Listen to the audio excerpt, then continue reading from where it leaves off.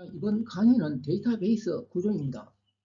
자, 먼저 데이터베이스 구조를 소개합니다. 물리적인 외관 형태 두 가지를 소개하면 첫 번째는 P2P 구조인데 P2P 구조는 분산 데이터베이스 형태이고 두 번째는 클라이언트 서버 구조입니다. 클라이언트 서버 구조는 중앙 집중식 데이터베이스입니다. 자, 아래쪽 그림에서 좌측은 P2P 구조인데 컴퓨터들이 1대1로 연결되어 있습니다. 대표적인 예를 든다면 블록체인입니다. 블록체인은 P2P를 통해 관리되는 분산 데이터베이스의 한 형태인데 예를 든다면 비트코인은 블록체인 기술을 기반으로 만들어진 암호화폐, 다시 말하면 데이터베이스의 한 형태라고 할 수 있습니다. 자, 오른쪽은 클라이언트 서버 구조인데 요즘은 어떤 조직을 운영하기 위해서는 기본적으로 클라이언트 서버 구조의 데이터베이스 서버를 하나쯤은 운영합니다. 전 세계에서 가장 인기 있는 서버 하나를 소개한다면 아파치 서버입니다. 아파치 서버는 당연하게 아파치 재단에서 만든 서버입니다. 자, 그러면 아파치 재단은 어떤 일을 주로 하고 있을까요? 아파치 재단은 우리가 컴퓨터를 사용하는 데 있어서 필요한 프로그램을 만들어서 우리에게 공짜로 사용할 수 있도록 해주는 고마운 재단입니다. 예를 든다면 아파치 하둡이 있죠. 이거는 우리 시험에서도 출제되는 내용인데 아파치 하둡은 빅데이터를 저장, 처리, 분석할 수 있는 것입니다. 지금부터는 여러분들이 기본적으로 잘 알고 있는 클라이언트 서버 구조에 대해서 단계적으로 설명하는데 왕초보 기준으로 설명을 합니다. 미리 하나 이야기한다면 전산 관련 시험에 합격하여 면접을 볼 때 가장 많은 질문 대상이 무엇이냐? 지금부터 설명하려는 클라이언트 서버 구조입니다. 왜 이 클라이언트 서버 구조가 면접에서 많은 질문 대상이 될까요?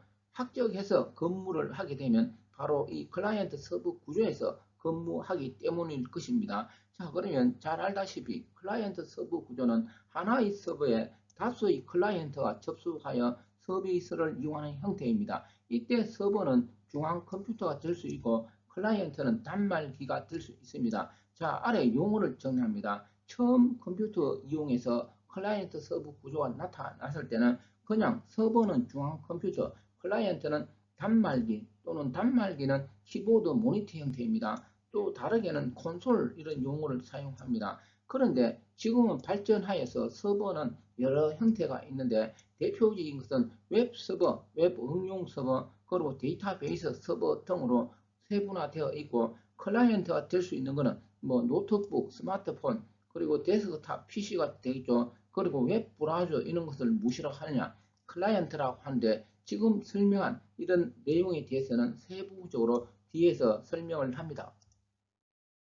자, 이번에는 서버 종류를 소개합니다. 서버 종류는 인터넷이 발전되면서 다양하게 세분화되었는데 아래 그림을 참고합니다. 예를 들어 설명합니다. 자, 우리가 은행에 접근하여 입출금을 하려고 합니다. 그러면 내부적으로 어떤 단계를 밟느냐? 사용자가 은행의 데이터베이스 서버에 직접 연결되는 것이 아니고 내부적으로 웹 서버하고 웹 응용 서버를 거쳐서 데이터베이스 서버에 접근하여서 입출금을 하는 원리입니다. 과거에는 어떻게 처리하였을까요? 컴퓨터 초창기에는 그냥 사용자하고 데이터베이스 서버가 직접 1대1로 연결되어서 입출금 등을 할 수 있었을 것입니다. 그런데 지금은 왜 그렇게 하지 않고 내부적으로 이런 여러 서버가 필요한 것일까요? 초창기에는 데이터베이스를 사용하는 사용자들이 많지 않았기 때문에 1대1로 연결하여서 입출금 처리를 해도 특별한 문제가 없었을 것입니다.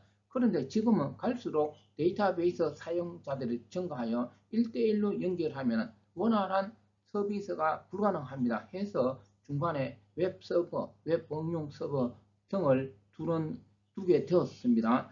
자, 그러면 여기서 웹 서버, 웹 응용 서버에서 앞에 왜 웹이라는 용어를 붙일까요? 그냥 시험에서는 서버 이렇게 출제되기도 하는데 어떤 경우는 웹 서버, 웹 응용 서버 이렇게 앞에 웹을 붙이는 이유는 인터넷과 연결되어서 어떤 일을 처리하기 때문입니다. 자, 아래쪽 표를 여러분들은 먼저 읽어보기 바랍니다. 이 아래쪽 표는 제가 뒤에서 세부적으로 설명을 하는데 미리 웹 서버는 무엇이고 웹 응용 서버는 무엇이고 데이터베이스 서버는 무엇인지 미리 여러분들이 한번 읽어보라는 것입니다.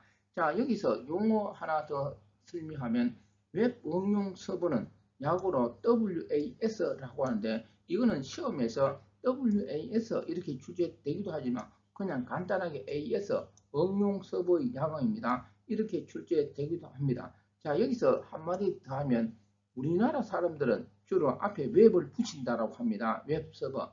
그런데 미국 사람들은 앞에 웹을 안 붙이고 그냥 응용 서버 이렇게 많이 지칭한다고 합니다.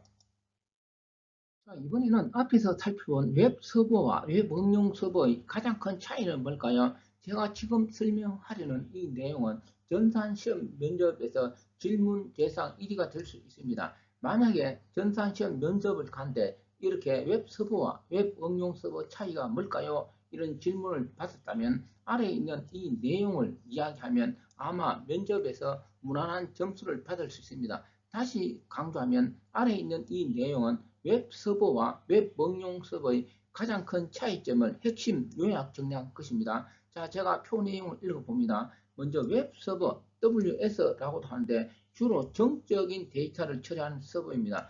당연하게 동적인 데이터를 처리할 수도 있는데 동적인 데이터는 잘 처리하지 않고 정적인 데이터를 처리하는 것이 웹 서버인데 웹 서버는 정적인 데이터는 무엇을 말하느냐? 그냥 단순한 HTML이나 이미지를 전달하는 서버입니다. 자, 그러면 웹 응용 서버, 약으로 WAS라고 하는데 WAS는 주로 동적인 데이터를 처리하는 서버입니다. 예를 들면 데이터베이스와 연결되어서 사용자가 요청한 데이터를 필요한 경우에 조작합니다. 해서 뭔가 조작을 하니까 동적인 데이터라고 합니다. 그리고 아래 그림도 살펴봅니다. 이 웹 응용 서버하고 웹 서버는 완전히 다른 기능을 하는 것은 아닙니다. 이 두 서버는 서로 동일한 기능도 있지만 그 사용 목적은 다릅니다. 자, 여기까지가 웹 서버하고 웹 응용 서버 차이점인데 더 많은 내용은 뒤에서 제가 세부적으로 설명을 합니다. 자, 이번에는 클라이언트 서버 구조에서 2계층 구조와 3계층 구조 차이를 설명합니다. 설명하기 전에 아래 적어둔 내용부터 읽어봅니다. 클라이언트는 서버에 뭔가를 요청하고 해서 능동적이라고 합니다. 그리고 서버는 클라이언트 요청에 응답을 하므로 수동적이라고 합니다. 부모와 자식의 관계로 비유하기도 합니다. 자식은 부모에게 뭔가 요청을 하고 부모는 그 요청에 응답하는 구조이므로 자, 그러면 이 그림에서 2계층 구조와 3계층 구조는 눈으로 보면 금방 알 수가 있습니다. 중간에 응용층을 추가했을 때 3계층 구조가 됩니다. 이때 사용하는 용어는 서버는 3층이라고 하고 응용층은 2층이라고 하고 클라이언트는 1층이라고 합니다. 이때 중요한 내용은 오른쪽 표에 정리되어 있습니다. 시험에 어떻게 출제되느냐인데 먼저 3층을 나타낼 때는 데이터 계층 또는 데이터 접근 계층 또는 데이터베이스 계층 또는 그냥 데이터베이스 서버라고 합니다. 자, 그러면 2층에서 사용하는 용어는 여러분들이 읽어보면 되겠죠. 예를 들어 비즈니스 로직 계층 또는 트랜잭션 계층이라고 나오면 이거는 2층을 말합니다. 또는 그냥 응용 서버 또는 앞에 웹을 붙여서 웹 응용 서버라고 하면은 이거는 2층을 말합니다. 그리고 1층은 클라이언트 계층 또는 프레젠테이션 계층 그리고 1층은 웹 서버라고 합니다. 자, 여기서 하나 강조하면은 앞에서 다뤘죠. 응용 서버, 웹 응용 서버하고 웹 서버는 다른 역할을 합니다. 해서 이 웹 서버는 1층이라면 웹 응용 서버는 2층에서 사용되는 용어입니다. 아무튼 이런 용어에 대해서 제가 필요한 것은 뒤에서 다시 상세하게 설명을 합니다. 자, 이번에는 상계층 구조에서 제1층에서 사용하는 프리젠테이션에 대해서 설명합니다. 이렇게 이야기하죠. 프리젠테이션 기능 이렇게 이야기합니다. 그 의미가 뭔지 화면에 정리되어 있습니다. 제가 먼저 사전을 찾아보았습니다. 잘하는 영어 단어 프리젠테이션 그 의미는 사전을 찾아보면 뭔가를 발표하다 이런 뜻입니다. 그리고 어떤 상품을 진열하다 이런 뜻입니다. 아래쪽을 읽어봅니다. 클라이언트는 프리젠테이션 기능을 수행한다. 이렇게 시험이 출제되는데 이때 프리젠테이션 기능은 뭘까요? 간단한 키 조작으로 어떤 내용이 모니터에 출력이 가능하도록 하는 기능을 무엇이라고 하느냐? 프리젠테이션 기능입니다. 추가로 설명하면 이 프레젠테이션 기능은 그냥 사용자 인터페이스 또는 그래픽 사용자 인터페이스 또는 웹 브라우저 또는 데스크탑 애플리케이션 실행 등으로 표현할 수 있습니다. 다시 강조합니다. 제가 추가한 이런 설명이 나오면 이거는 곧 무엇을 말하는 걸까요? 1층에 해당하는 용어이고 이것이 곧 무엇이라는 걸까요? 프레젠테이션 기능이라는 뜻입니다.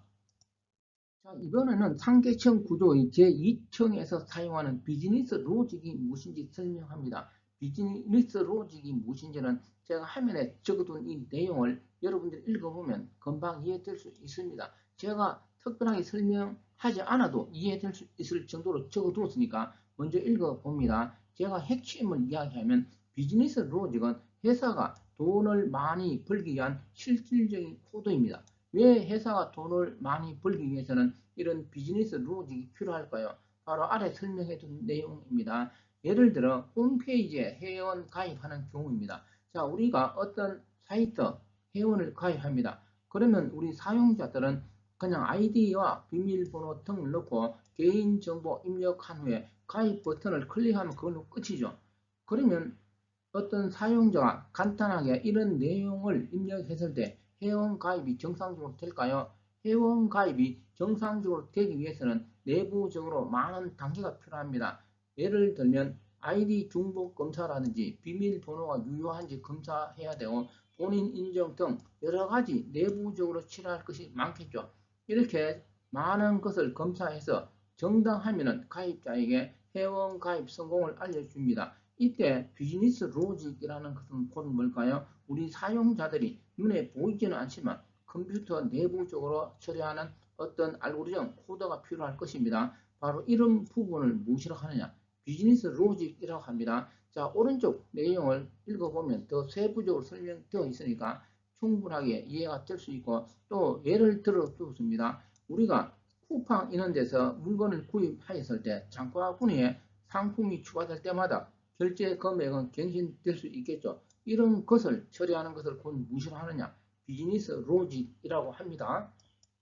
자, 이번에는 어떻게 웹 개발을 하는가입니다. 웹 개발은 사람 눈에 보이는 영역과 사람 눈에 보이지 않는 영역 개발로 구분할 수 있습니다. 사람 눈에 보이는 개발 부분을 프론트엔드라고 하고 사람 눈에 보이지 않는 환경 부분, 뒷부분 개발하는 것을 백엔드라고 합니다. 지금 표에 적어둔 이 내용을 읽어보면 금방 이해될 수 있습니다. 여러분들이 읽어봅니다. 제가 핵심을 이야기하면 이 프론트엔드 개발에 사용되는 언어가 HTML, CSS, 자바스크립트입니다. 그리고 백엔드 개발에 사용되는 언어가 파이썬, 자바, PHP 등을 이용할 수 있습니다. 그리고 아래쪽 세 줄을 읽어봅니다. 백엔드가 프론트엔드에 비해서 난이도, 복잡도는 높습니다. 해서 사람들이 가끔 월급은 어떻게 되느냐 이렇게 물어봅니다. 해서 제가 조사해 보았는데 백엔드 개발자의 신입 연봉은 현재 약 3,550만원 정도이고 프론트엔드 개발자의 신입 연봉은 약 3,350만원 정도, 200만원 정도밖에 차이가 나지 않습니다. 그러니까 사람들이 백엔드가 개발하기 어려우니까 급여가 훨씬 더 많을 것 아닌가 뭐 이런 생각을 하는데 꼭 그렇지는 않습니다. 제가 아는 사람들 중에서도 이 프론트엔드 개발하는 사람도 상당히 많습니다. 자, 이번에는 앞에서 설명한 3계층 구조를 총정리합니다. 화면 내용을 읽어보면 이제 이해될 수 있습니다. 앞에서 제가 단계적으로 설명하였기 때문에 이 표 내용이 많은 것 같은데 많은 내용이 아니고 이 표에 든 내용은 시험에 출제될 때 이런 내용으로 설명하면서 출제될 수 있습니다. 제가 추가로 설명하지 않아도 충분히 이해될 수 있습니다. 자, 그러면 제가 핵심만 이야기하면 첫 번째 프레젠테이션 계층은 이렇게 출제될 수 있습니다.